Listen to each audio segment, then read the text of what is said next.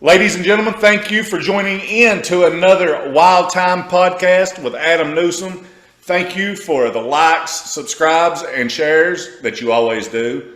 Tonight, I'm so excited because everybody that knows me knows how much I love mixed martial arts. Not just mixed martial arts, but old school, bare knuckle competition, UFCs from back in the early 90s. And tonight, it is as big of a guest as I've had yet.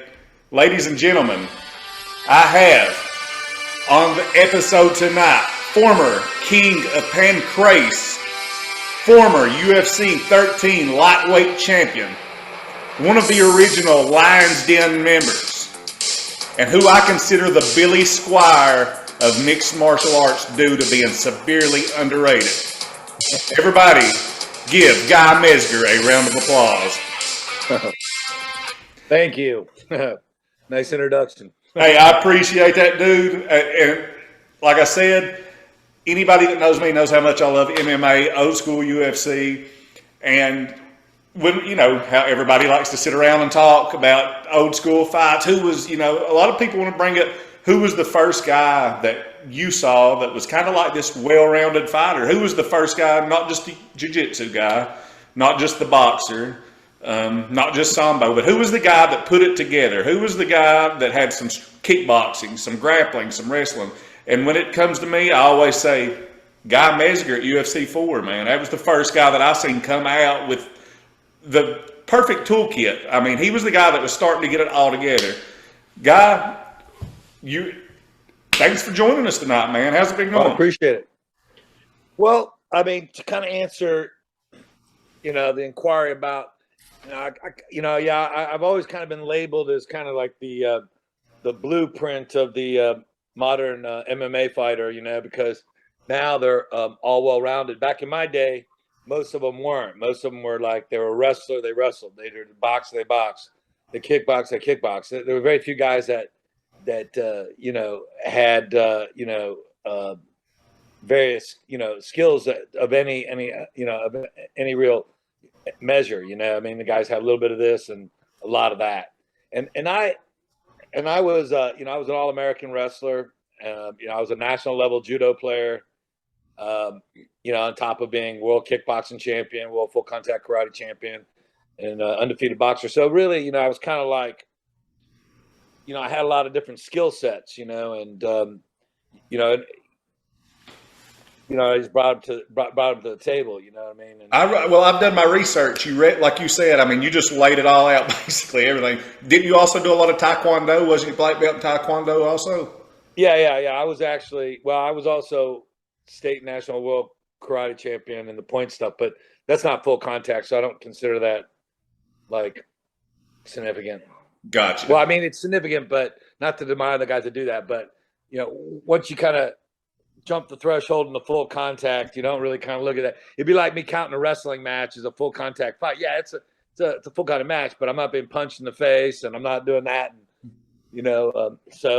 I kind of separate those. But yeah, I was a karate fighter. I, big Chuck Norris fan. And speaking of Chuck Norris, you were on Walker, Texas Ranger, wasn't you?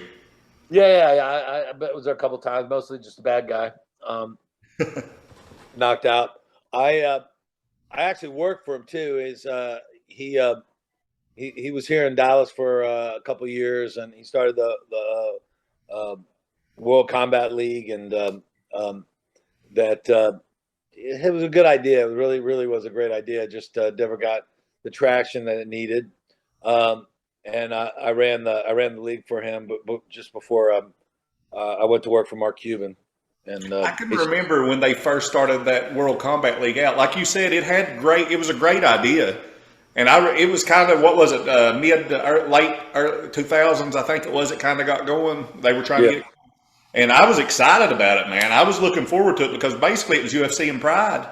You had the king of the cages and this and that. But, Chuck Norris is, what can't be said about Chuck Norris? I mean, with his backing, I mean, him getting the right people such as yourself, that really had potential, dude.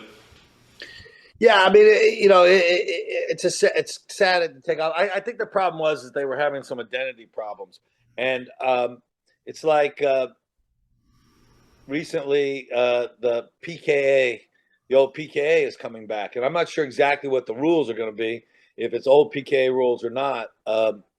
And you know, I was kind of tapped to kind of help that out because a lot of other guys, and listen, I'm all for supporting any kind of combat athletics. I think it's this, but the problem I have with that is I just I'm not sure that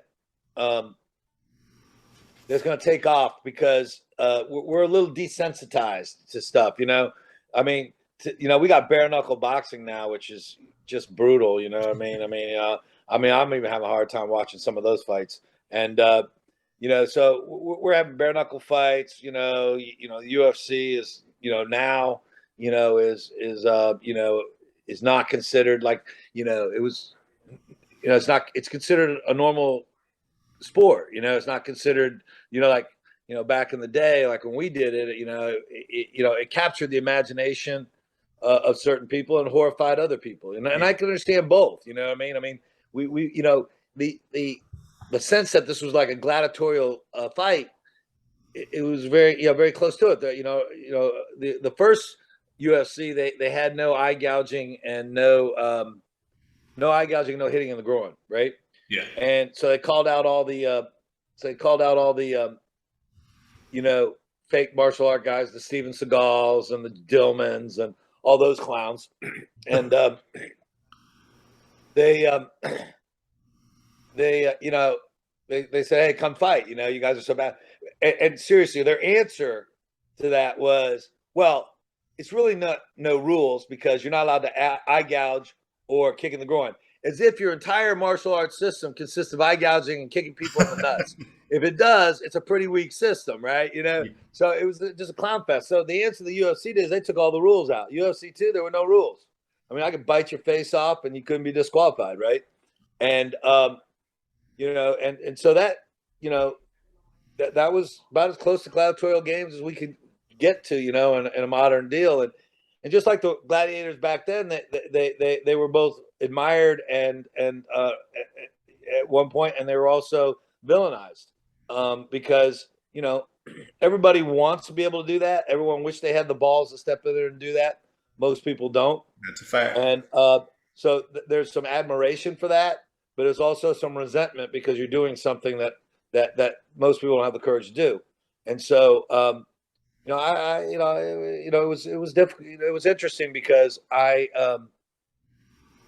a lot of my friends that were were in the UFC, stuff like that, they took a lot of smack. I really didn't. I've always had such a real good reputation in Dallas, where I'm at. People know me. They saw me grow up here, and so I actually got a huge amount of support, which a lot of people didn't, and so I was fortunate that way because I could have killed my business, because I was a martial arts instructor and I teach children. One of my greatest joys is working with children, and then so I'm being labeled as a human dog fighter and and all kinds of bullshit, and as I was sitting there, it was crazy, right?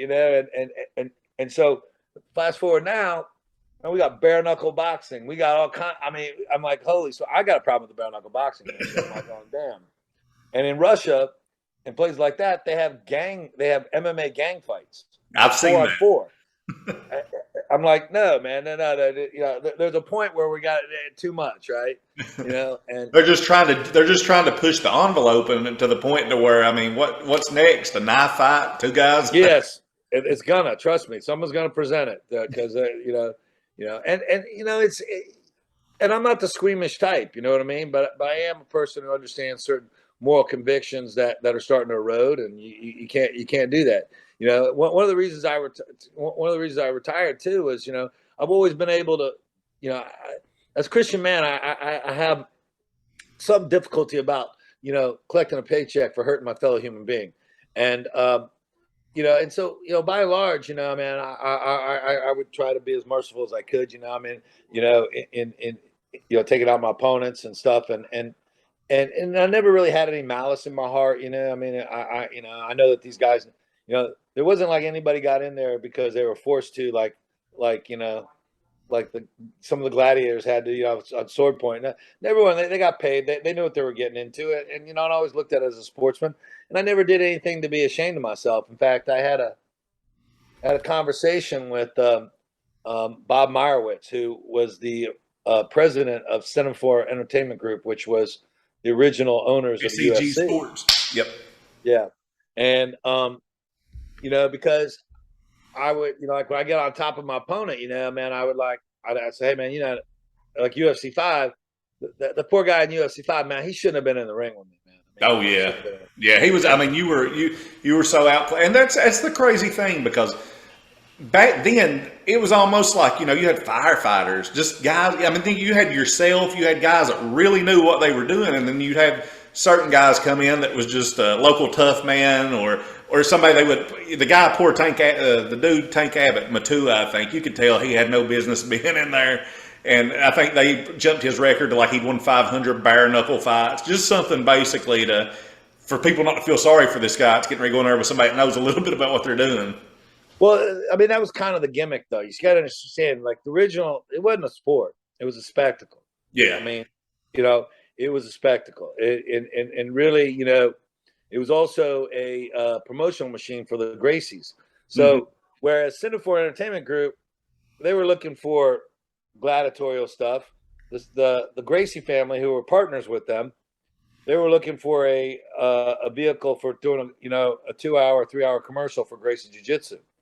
And so for them, it was very important that it was positioned style against style, right? So what it came down to was the Gracie Jiu-Jitsu style was superior to karate. It was superior to wrestling. It was superior to catch wrestling, whatever, right? And so the original format wasn't athlete against athlete; it was style against style. Yes. And and that's what they sold. Who was the best, the toughest guy? Which style was the toughest guy? And that. And again, like I said, we enjoyed a certain amount of romance with it. But literally, people were like, they didn't have a huge amount of information, and they'd be like, and someone go, "This is Guy Mezger. He's one of those ultimate fighters," which I always hated that term.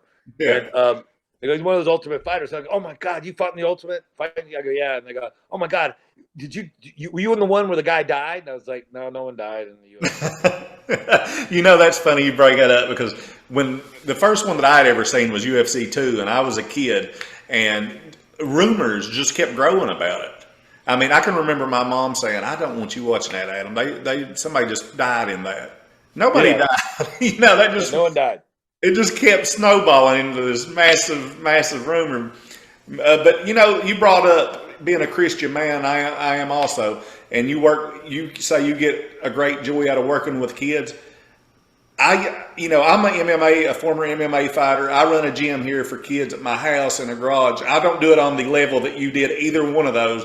But when you said that working with kids is where you get your biggest joy, dude, I know the feeling. I do, because if I teach a kid a 1, 2, 3, 4 with their mitt work, and they get it down that first time, there's nothing better than that, dude. Or they're getting their bench, they're getting a new PR, and you see the excitement in their eyes. There's just nothing better than that. Yeah, it's I've taken on some bigger challenges. Like I'm a doc. I'm actually a doctor now, and believe it or not, that's what well, congratulations, dude. Thanks. And so I've had the opportunity to work with Cerebrum Health Center, which is a brain therapy company that, and I work mostly with the vets and stuff like that.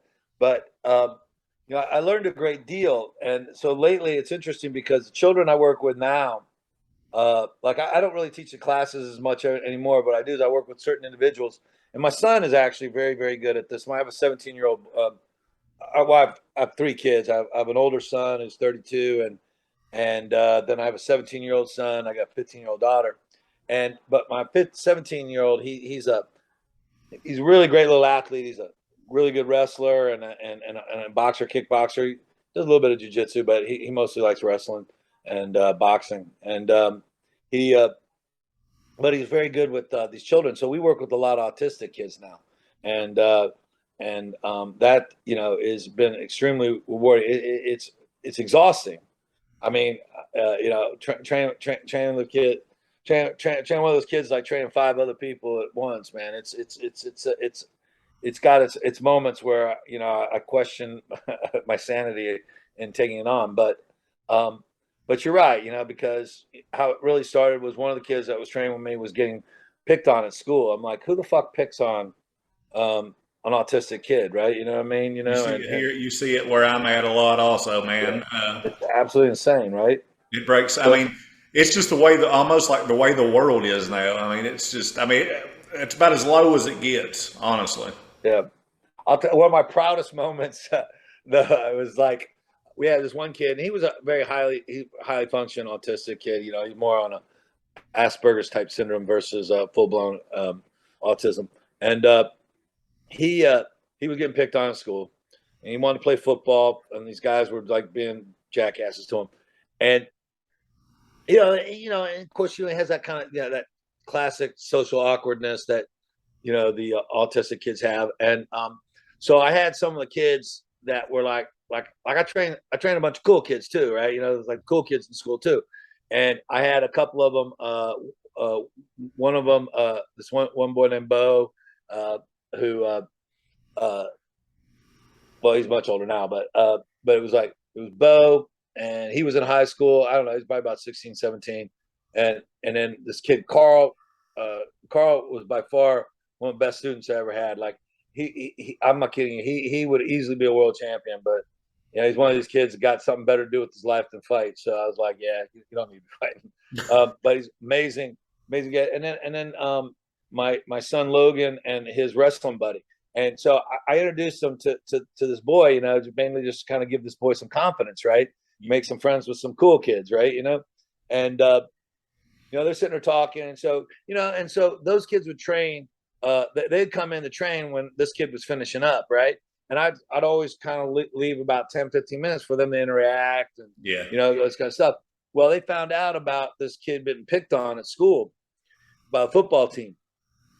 And it didn't sit well with these kids, and they were pissed. They didn't go to the same school, but I walked up on them. They were planning on going up to the school and beating up the football team.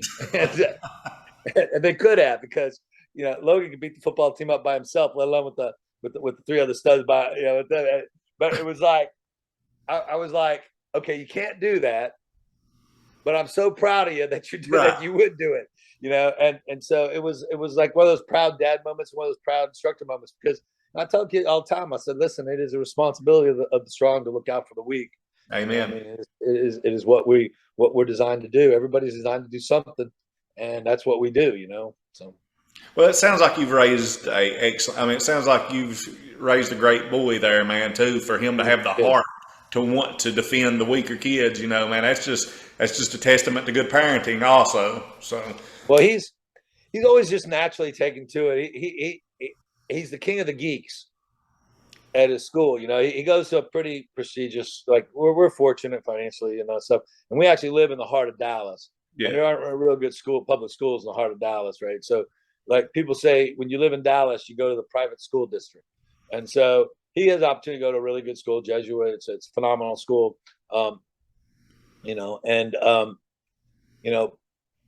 he's always just been like, they do a lot of service projects. He's always been the leader in those kind of things, and he's just he was always and all the kind of the geeky kids, they all hang around him, because ever since Logan was a freshman, nobody could handle him. I mean, he was a badass wrestler, and he took second in state, and he was badass boxer, kickboxer, and so not even the seniors would mess with him, right? So all the geeky kids hung around Logan because nobody would pick on him if Logan was around. And well, they felt comfortable being around him, dude, and that's so awesome that those kids had somebody they could hang around with that they knew had their back and could take care of them when they needed it. Well, I keep dropping the computer. Sorry, buddy. Oh, you're fine, my man. Yeah, I mean, that's really what it should be about. We should be looking out for each other a little bit more in this world, but we're not. So, we'll figure it out. Well, Guy, we talked a little bit about UFC 4, where you beat Jason Farron, and both you guys look like I said double dragon fighters from both you guys came out with your long hair. I mean, y'all had and I don't know how true this is, but I read that both you guys were like, "Hey, listen, no hair pull in this fight." Yeah. Actually, what it was it was me. It was like, I had long hair, and I was literally had an appointment to go get a cut, right? and so I just walk up to the guy, and I was like, "Hey, man, listen, I know there's no rules, and you can pull my hair. You got long hair, I got long hair." I said, "Listen, I got an appointment to cut this hair, but I don't want to." And I go, "If you give me your word that you won't pull my hair, I won't pull your hair." And I said, I'll be honest, man. I won't take any cheap shots on you. I ain't gonna bite. I ain't gonna scratch. I won't headbutt you. Let's just have a good, clean fight. Let's do it. Fight like a man. And he agreed to it. And he, and listen, he took an ass whooping straight start to finish, and he didn't break his word. And so he was much respect to that guy. Yeah, he got weirded out on stuff later on. He started attacking me on early social media, which I found kind of funny, Well, you defeat him at UFC 4. You beat John Dowdy. That's the one we talked about earlier, where the guy was just he was in a bad way. I mean, you not. I felt bad about that one. That actually sparked the argument I had with the Center for Entertainment Group president. Well, first of all, he was hitting on my girlfriend, and which was funny, and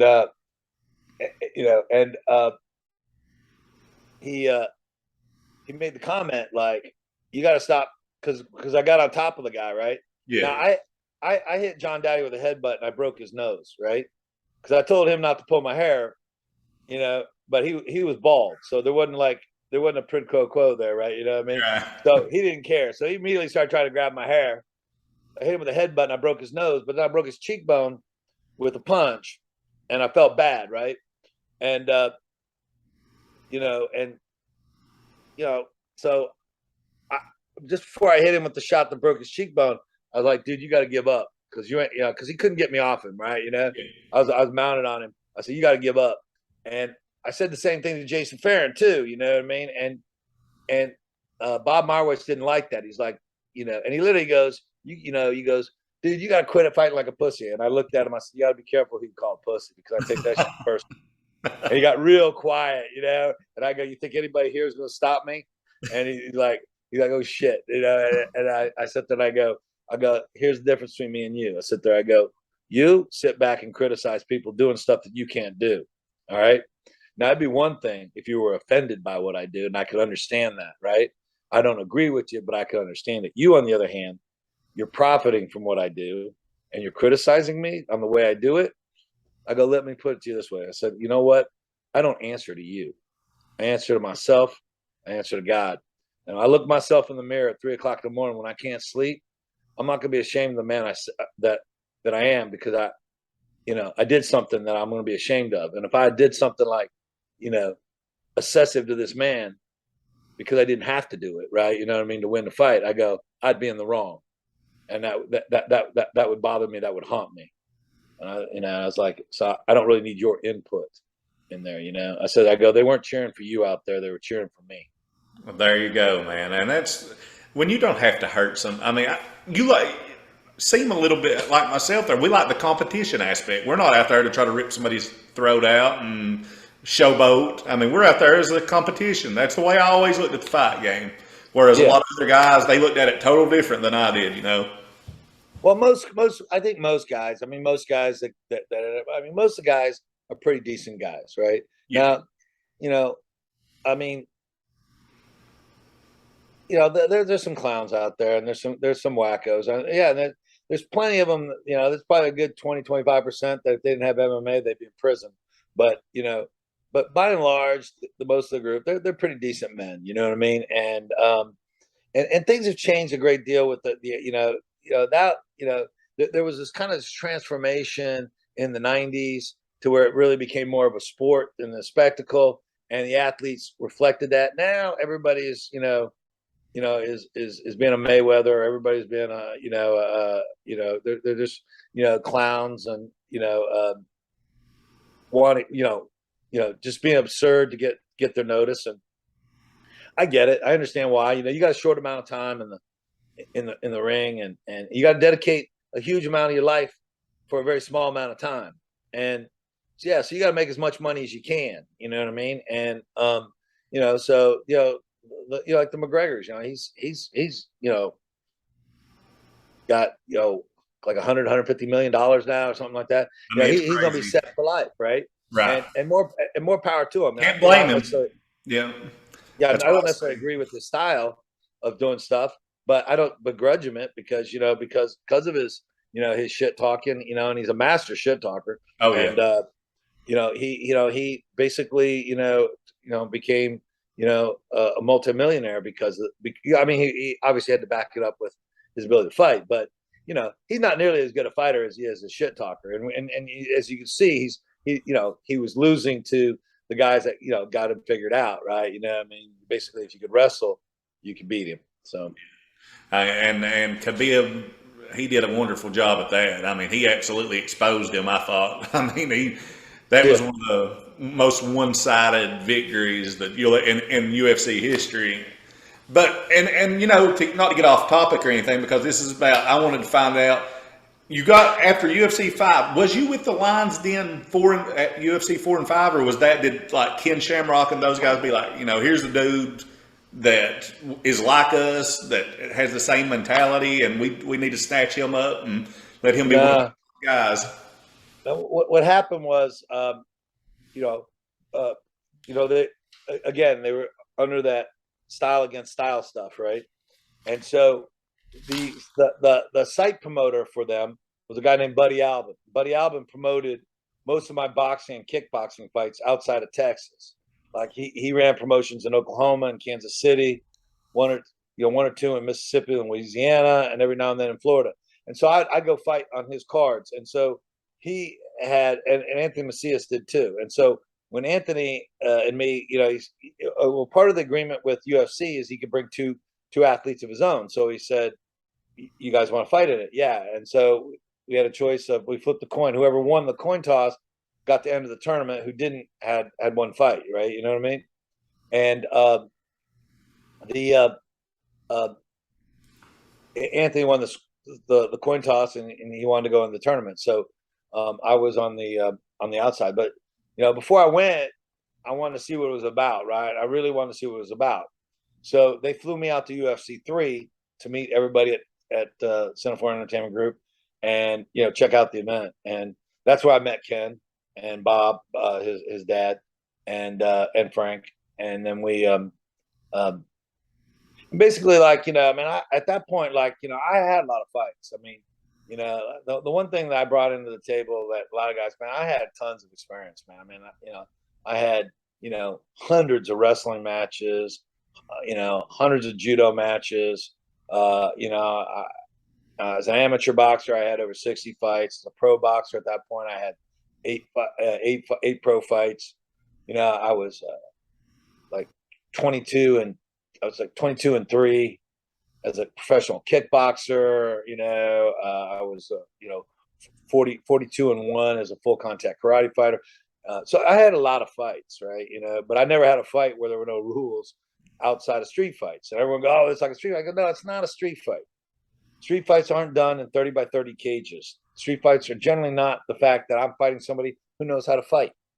It's generally some drunk asshole who doesn't realize he just started a fight with a guy who's a professional fighter, and the fight is over when, the moment that he's, because I had long hair, and, the moment he said the classic line, "You're so cute, I don't know if I should fuck you or fight you," and when that line came out, he got knocked out, right? That's what a street fight is about, right?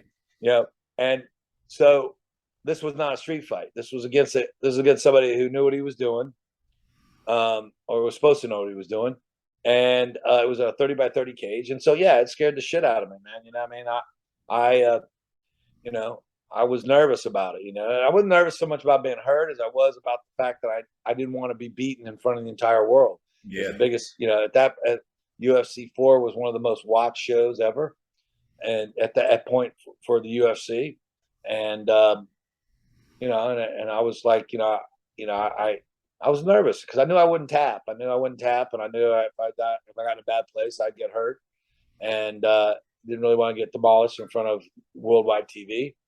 So I was a little nervous, but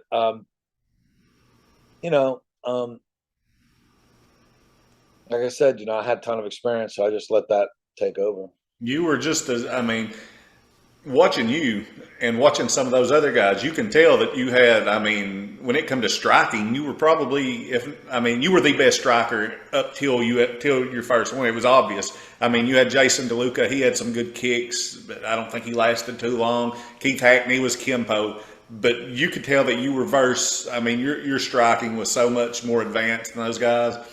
And not to take anything away from those, but like the blueprint MMA thing that we talk about, that prototype fighter that what they would go on to become was what I considered you to be. So basically, you go over to Pancrase, become the 7th ever king of Pancrase, and then return to the UFC, defeating Christoph Leninger and facing in one of your biggest fights, Tito Ortiz.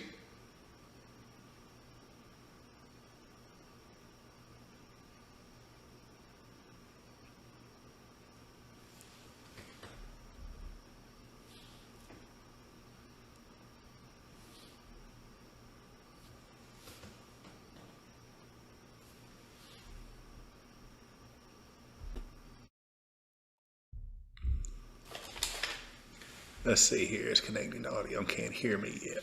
Okay. All right, you there? I am back, my man. Dude, I feel so bad. I'm not sure exactly what happened. Hey, don't listen. We're 1 for 1 tonight. Yeah, all right, man. Sorry about that, brother. Oh, All right, got it. So what I was saying is, after you left there, you went on to become the 7th annual King of Pancrase. Was that pretty cool? Yeah, the 7th king of Pancrase. Yeah. Actually, the most fun I had in my entire fight career was my experience with Pancrase.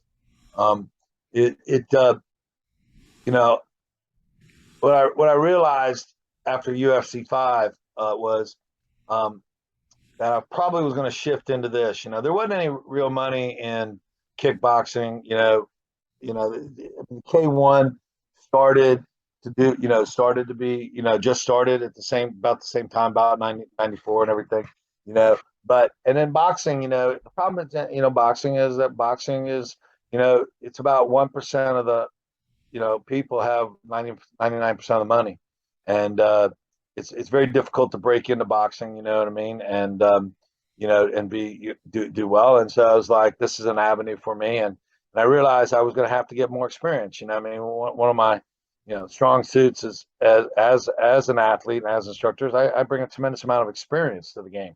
And so I just had to figure out the game. And so, the guys that were doing the most successfully in it, like Ken Shamrock and Maurice Smith and all those guys, they all were in Pancrase, and so, when I well, okay, so we were actually talking about UFC 3 when I went out there, and that's when I met Ken Shamrock, and that's when I joined. Yeah, so I ended up meeting Ken and Frank and Bob, and basically told them, hey, I'm a little nervous about this fight because I've never done something quite like this, and and would I'd like to come out there and train with you if it's okay. And they're like, all right, yeah. So I went out there, and then Ken just basically he goes, listen, man, I don't really train guys for fights. We train guys on our team. If you want to try out for our team, this is after I'm already out at Lodi, right? Because you want to try out for the team, you can do that, and we'll train you. And I was like, yeah, I'm thinking, all right, I mean, what could they do, right? I'm an old school Texas black belt. I mean, you go through an old school Texas black belt test, dude, you can take on the fucking world because it's tough. So I was like, hey, nothing gonna be nothing I can't handle. So I thought it was gonna be like the next day because I'd been up. I literally had a kickboxing fight Saturday night. I left Sunday to fly out to Lodi to train for the fight. So it was like I had a full night of kickboxing and everything the night before. Then I go out there. Ken has me do the infamous Lions Den Tryout, which consisted of 500 squats, 500 sit-ups, 500 leg lifts, 200 push-ups. You had to run a mile and a half in 14 minutes, and then you had to fight. and I did it, and I joined the team, and I was, successful at it and became a Lions Den team member. You had a lot of great fighters that were Trey Telligman. I always Yeah, loved Trey, Trey. Alex. Trey could swing. I always loved watching his fights. Petey Williams, another Oh yeah, tough. I mean, Bolander. Y'all were just the first of the first. That team element, man. I yeah, mean, it was the Gracie train against the Lions. Then you kind of had that yeah. going on.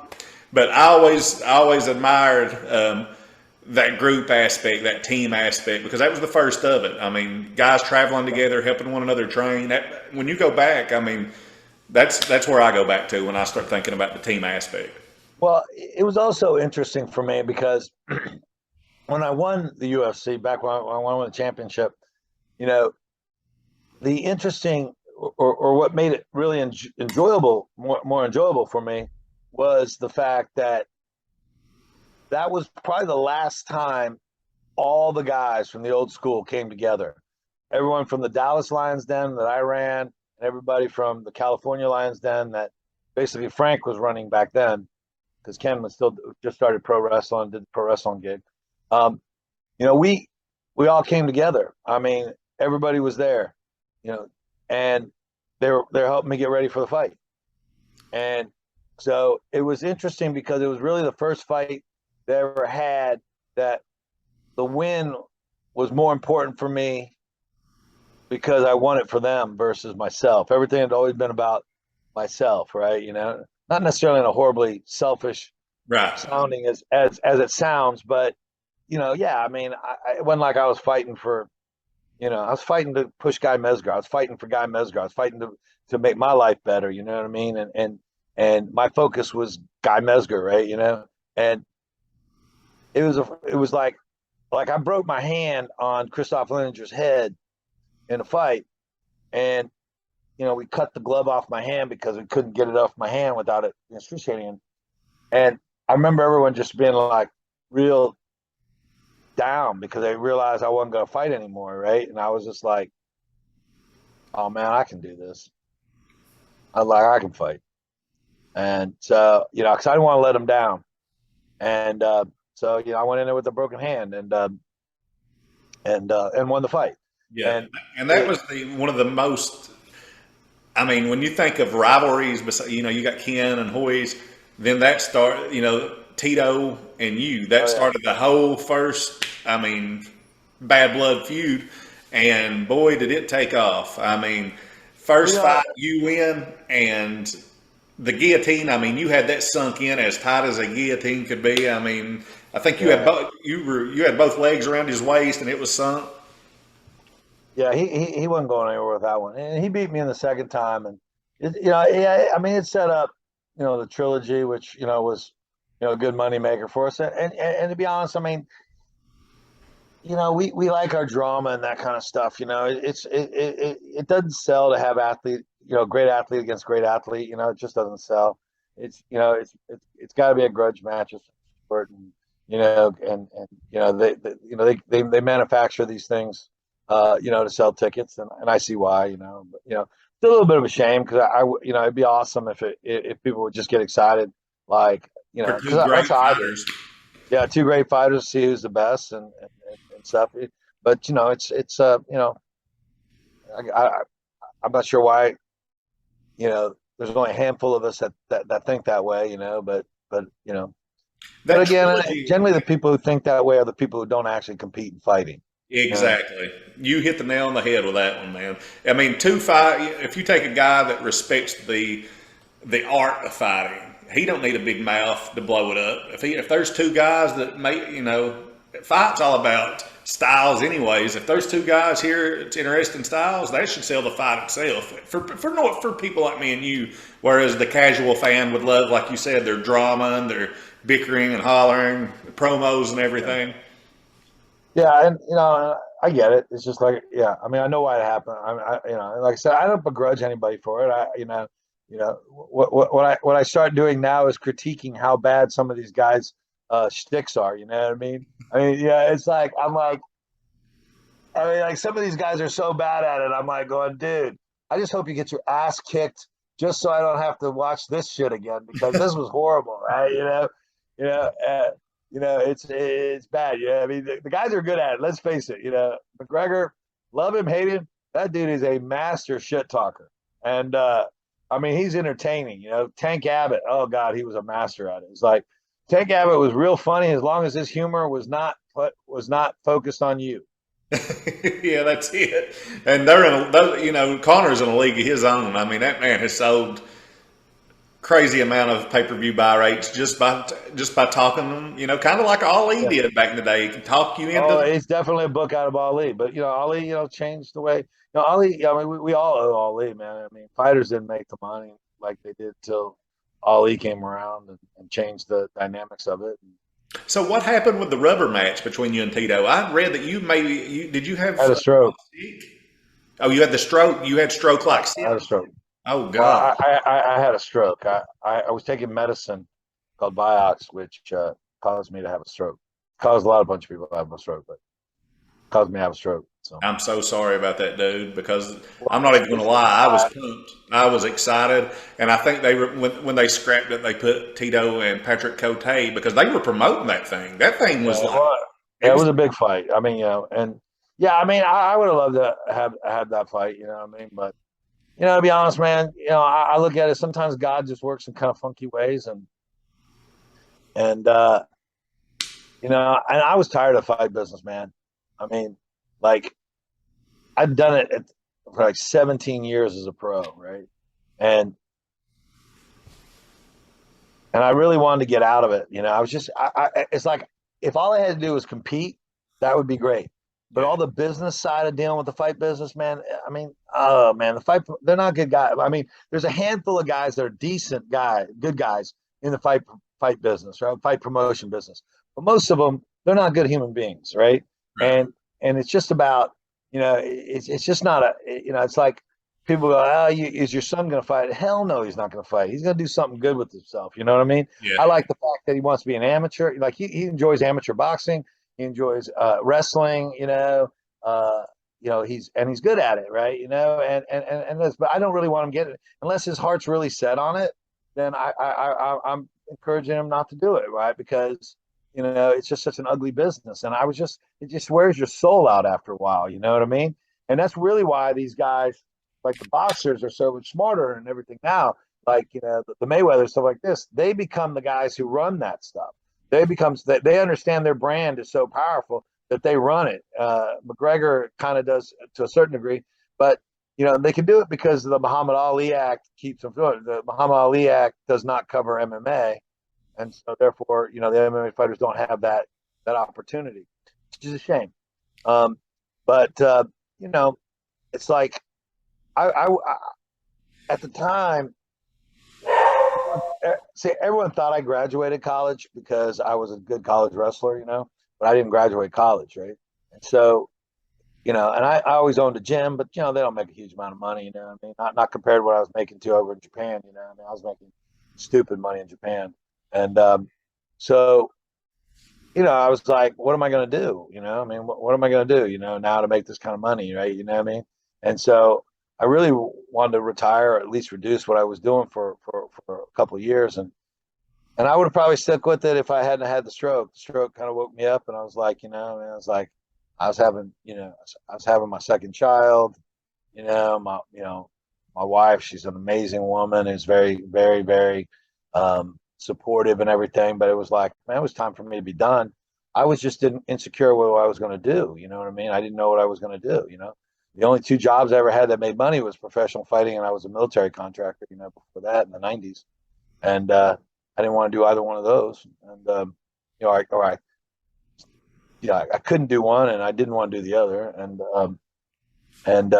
So, it was a blessing because I ended up, becoming president of HDM Fights, which was Mark Cuban's television company, and got an opportunity to promote MMA fighting and helping other guys out with their careers and their promotions. And to be honest, I mean, it was a boon for me because, one of the Mark Cuban is one of the smartest people you'll meet.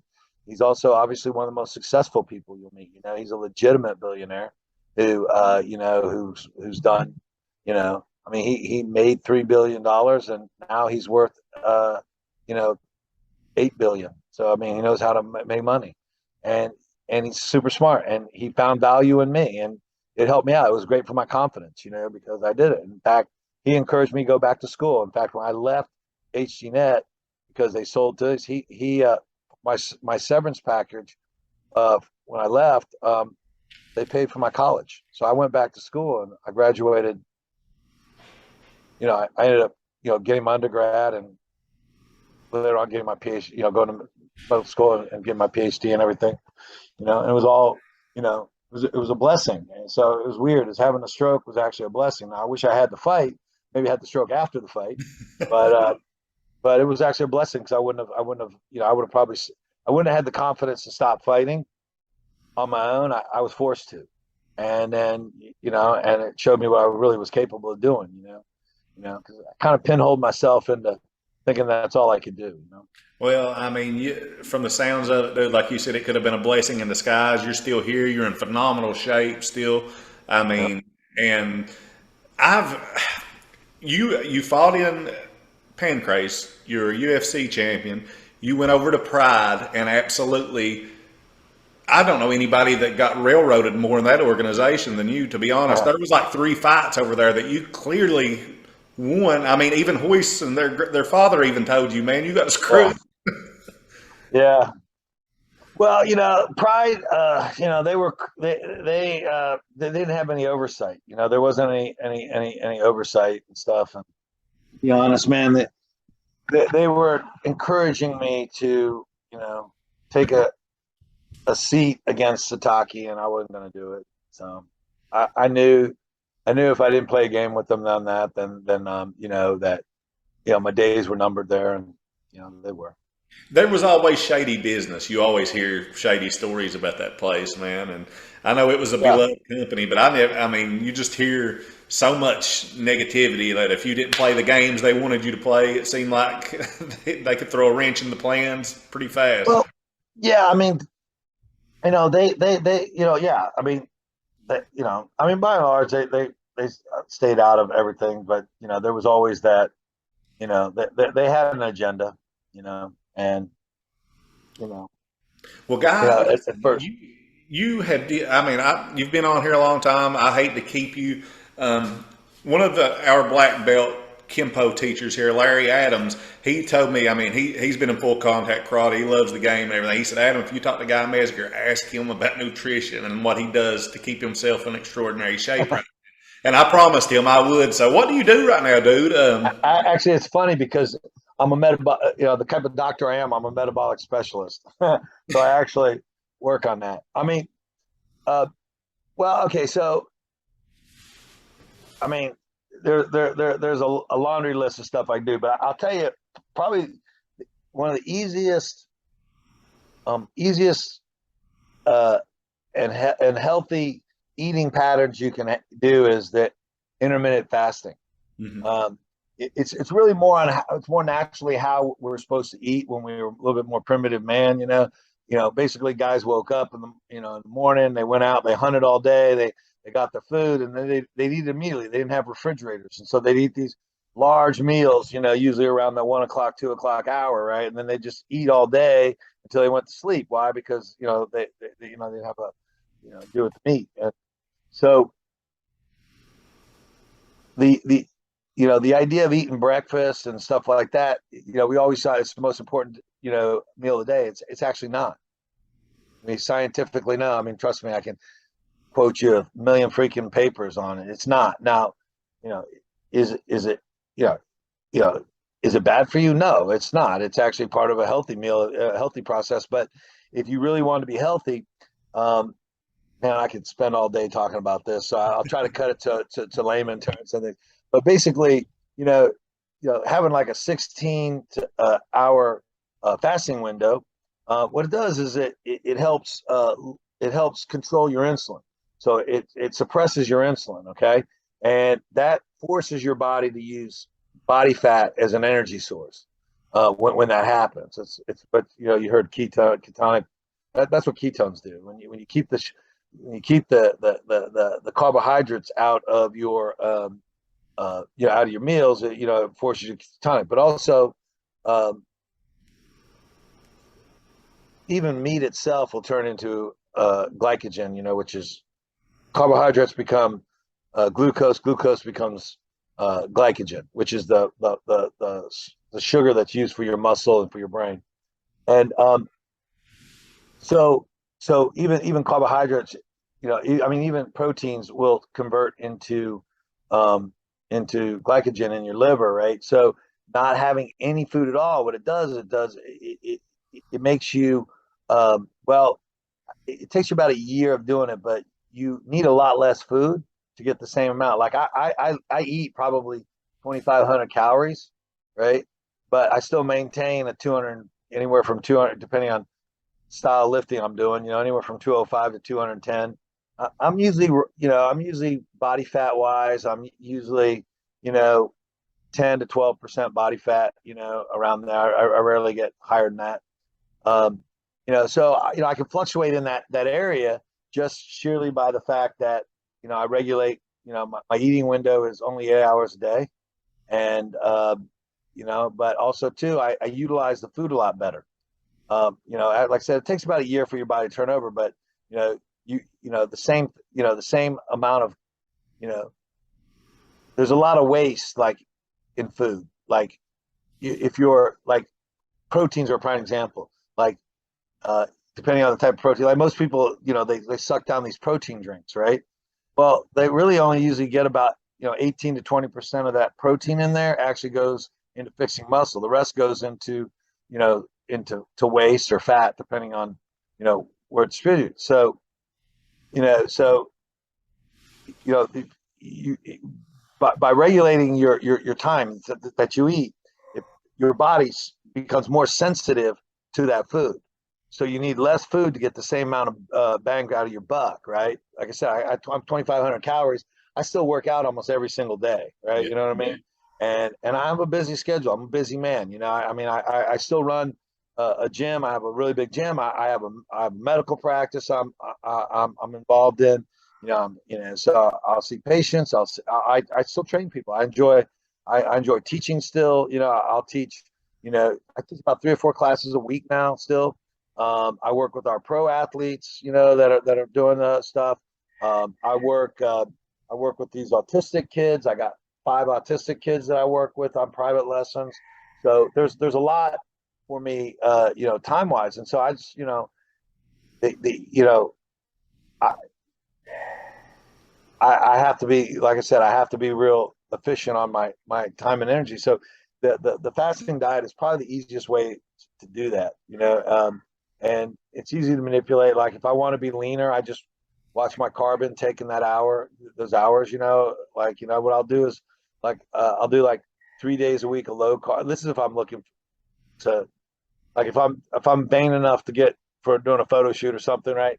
I want to be a little bit leaner. Then I'll do what's called carb cycling, which is I'll have 3 days a week of low carbs, 3 days a week of medium carbs, and 1 day a week of high carbs, along with the fasting, and that just melts the fat right off you. I mean, it's easier for me to manipulate my body because I've been doing it for a long time. But the average person, if they did that for about a month, they'd see a noticeable weight difference, a fat difference. How about that? Well, man, you absolutely broke that down. I mean, that was the intermittent fasting. Everybody talks about that's the way they do their weight loss and stuff. That's really, my wife tried that, and I think she lost like 8 pounds. And not long at all just by doing. Yeah, but it's a healthy long-term diet. I mean, it also causes a thing called, okay, so you have a thing called autophagy, and what autophagy does is okay, so, and this is real important actually for your health. You have a thing. Okay, cells replicate. There's only a few cells that have unlimited replication. Stem cells have unlimited replication. Cancer cells have unlimited replication, but everything else just about has. It's called the Hayflick life. It's how many times a cell can replicate before it becomes sentient, which means no longer useful. And so usually when it comes sentient, it has an automatic suicide switch and goes up, but a lot of times it doesn't. And so as you collect this, and basically think of it being garbage in your body, right? These sentient cells collect and collect stuff. And so what forces these off, what's called autophagy, which is the elimination of that, is things like fasting. So when you fast on that, you're actually doing a lot more than just watching your weight. You're getting rid of sentient cells. It helps kill cancer cells. It will up your immune system response. It'll heighten your immune system response. So there's a lot of other things than just the vanity reasons, right? You know what I mean?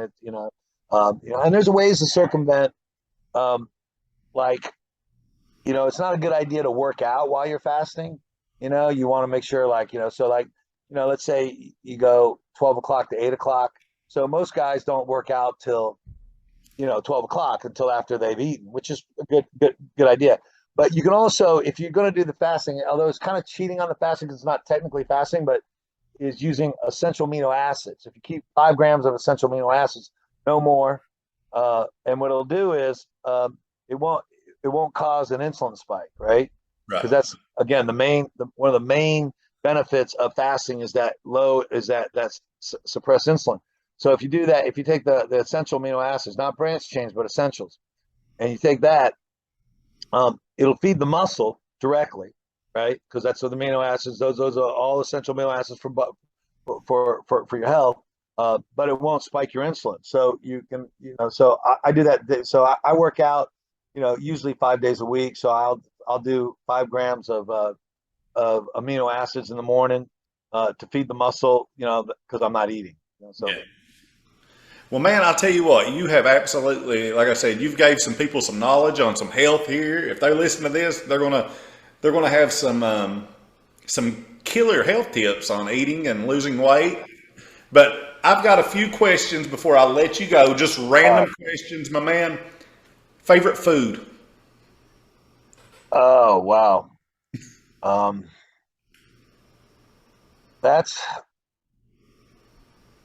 like, probably my absolute, I would say if I had to go ethnic, I would say probably Korean barbecue if I was going to go ethnic. But if I just said, normally, I'm not a difficult man. I'm an old fashioned steak and potato man, All right, favorite movie? Oh my gosh. Oh man, that's a tough one because I like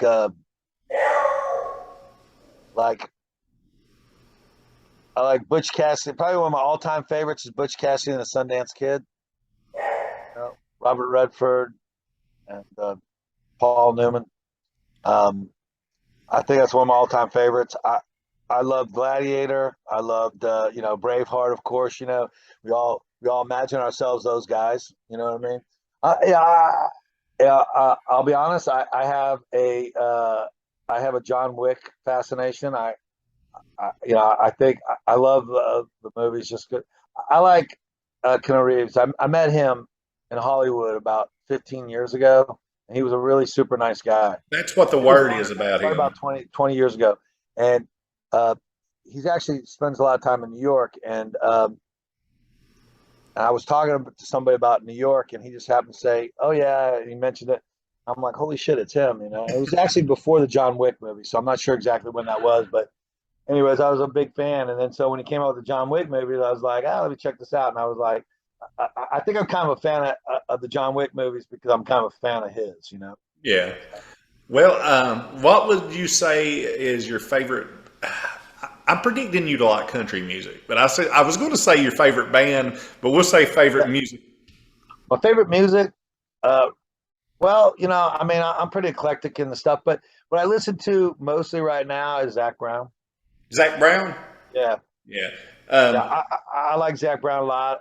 I'm a Jimmy Buffett fan too, and I've been going to Jimmy Buffett concerts for 25 years now. And, so you are a parrot head.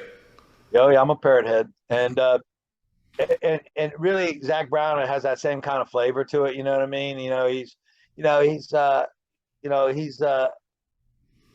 he's like Jimmy Buffett. He's like everybody knows him, but he's not like this, you know, in the news type star, you know. But he has this loyal group of people Following. like me that like every time he comes in town, I see him, you know, and I like it, and I really enjoy his music. You know, it's you know.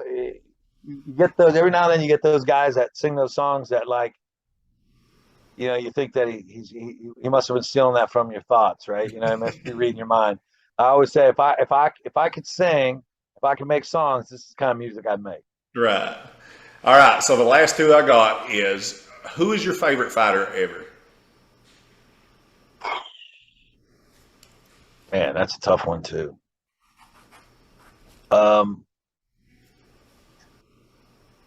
I would say, man, that's a tough one. I'll be honest. I still have like Billy Jackson, a guy named Billy Jack Jackson. He was a world kickboxing champion. He was my coach for a number of years, and I remember just watching him fight and just like, holy crap, how does he do this stuff, right?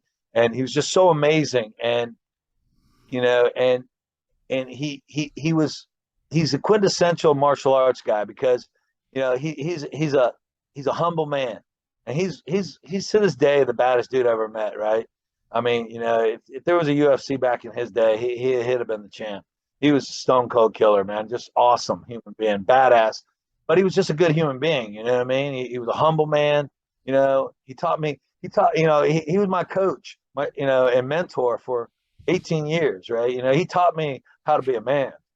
And it's not about how to fight either. He taught me a lot about fighting, but he taught me more about being a man. And I'm tremendously grateful for him because, you know, he shaped me in a way that made it possible that I could have the family that I have today. You know what I mean? And you know, and he was just very instrumental in my growth. And to be honest, as a fighter, he was such a badass. It was crazy. And really, he shaped the way that I approach fighting because, you know, I mean, I mean, shit, I've won 6 world championships, you know, 5 separate combat sports. It's not because I suck at fighting. I'm really good at it, right? But I don't have to be an asshole about it either, right? I can be humble about it. Yes. I can be grateful for it like this. And he was my example because I had very low self-esteem growing up. I grew up poor and in a part of town where no one else was poor. And, you know, it sucked, man. I mean, it sucked. I mean, it sucked. And, you know, and so my self-esteem was always kind of, as a kid, was always getting kind of beat up a little bit, right? But what I was good at was I was a good athlete, right? I was a good football player. I was a good track athlete. I was, you know, obviously a good wrestler, a good karate fighter. I was, you know, I played all the sports. I was good at all of them. You know what I mean?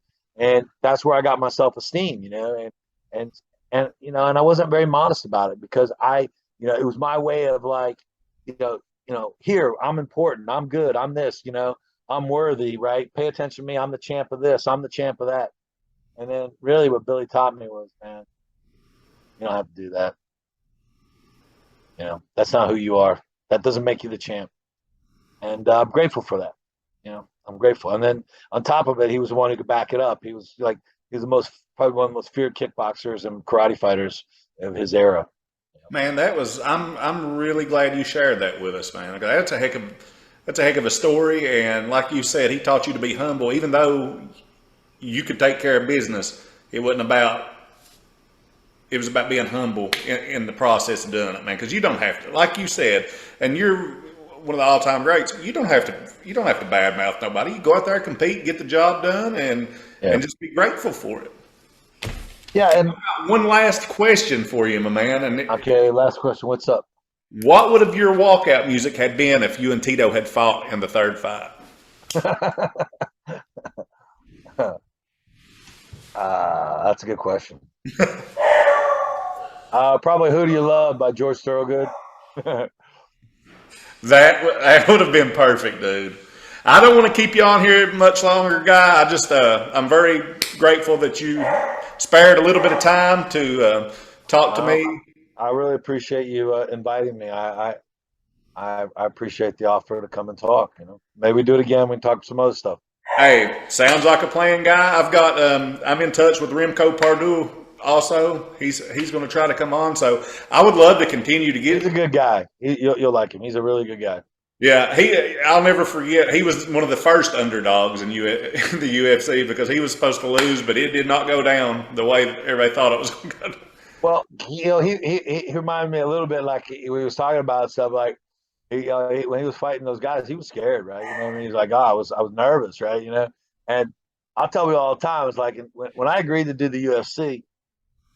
So I don't know how some of these guys. It just shows you how delusional people are because some guys were like, dude, I couldn't wait to get in the UFC. I'm like going, dude, I had 60 pro fights, right, and countless amateur fights. And the moment I agreed to fight in the UFC, I didn't get a good night's sleep. You know, I didn't put 3 hours of sleep together the whole entire time. I'm thinking, you know, and it's like it's not like I'm not confident in my ability to fight either, right? You know what I mean? And believe me, I've been in countless street fights. You know what I mean? You know, it's like, you know, so this is not like no rules fighting. You know, is easier for me on a skill set level. It's just not easier for me on a moral level, right? You know what I mean? You know, I mean, I have a harder time with it because on a moral level than I do. I mean, if they take the rules out, that works to my advantage because I have so much different skill sets, right? You know what I mean? You know, but you know, I mean, but when you're actually, you know, you actually have to get out there and do it with the no rules. You're like, I was like, holy crap! In fact, it was funny because on the interviews, they were like at the first UFC, they were interviewing everybody, and I'm listening to some of these guys interview, and they're like, oh, I can't wait to get in there to prove this, and I can't wait to get in there and do this, and I'm gonna kick some ass like this. Yes, man, it's me, and I'm like going, am I the only one who's, you know? I said I'm the only one here who's scared because I haven't slept good since I agreed to do this, right? You know, and they're all laughing, and I'm like, oh no, I'm serious. This is, you know, and it was so funny because after the interview, one of the ladies who was running the UFC at the time, she comes up to me and she goes, Guy, you're one of the nicest people I've met. And I go, oh, thanks. She goes, you don't have to do this. You do realize that. And I go, what do you mean? And she goes, listen, if you're this nervous about it, you know, you don't have to do this. We can get somebody else to do this. And I was like, I started laughing. I was like, her name was Kathy. I was like, Kathy, don't worry about me. I said, this nice guy act will stop the moment they close that door in the gate. There you go. I said, this boy don't stand a chance against me. Don't worry about that. That's funny you brought that up because when I first got into it, you know, I'm the baby of my family and I've got two older brothers and they were around these parts, they were considered pretty tough guys. And my dad, you know, I was the baby and my dad, I've been training. My mom and dad really didn't realize how much I'd been training. They didn't know what I'd been doing. I'd been visiting some jiu-jitsu gyms around and some boxing. So I was a nervous wreck. Like most guys around here would say, all right, I trained 2 weeks. I'm going to go up here and fight. They looked like they were in a horror movie when they got out. That wasn't me. I was like, I trained 2 years before I fought my first fight, maybe longer. Smart. So my dad was like, I don't see that killer instinct in you. I'm afraid if you got a chance to finish somebody, you won't. So me and him did a podcast the other night. He's really knowledgeable in boxing. We did our favorite boxers, heavyweight boxers. And I called him out on it. It's been like 10 years. I said, Dad, you know, you told me before I fought, you said you didn't think I could do it. You know, and my fights, you know, I was blessed and fortunate enough that all my wins came in less than 30 seconds. So I told him, I said, when that door shut, I wasn't a nice guy. I mean, I had to turn it on. Yeah, I mean, you know, that's, you know, the ability to compartmentalize stuff. That was always why I was kind of good at fighting. I was also good as a contractor and stuff because, you know, I just know how to take care of business and stuff. You know, it's when you know, when that starts blurring is when, you know, I realized it was time for me to, you know, it's time for me to do something else. You know what I mean? You know, it's when I had a hard time compartmentalizing things again. And it was just time for me to do something else, you know. And like I said, some things come in strange blessings, you know. Amen. Well, Guy, thank you again. I don't want to keep you on here. You're a busy man. Keep doing good things, dude. I mean, I appreciate it. I don't know. I mean, you're a blessing to the forefathers of martial arts, man. You've just got a good heart. Like the lady told you, Guy, you're one of the nicest guys ever. So well, I appreciate it. Hey, I appreciate having you on. Everybody, Guy Mezger, like, subscribe, share. Wild Time Podcast, and who knows, me and Guy may get together on in the future and have a part 2 to this discussion. I look forward to it, brother. Thank you. Take care, man. All right, man. Bye.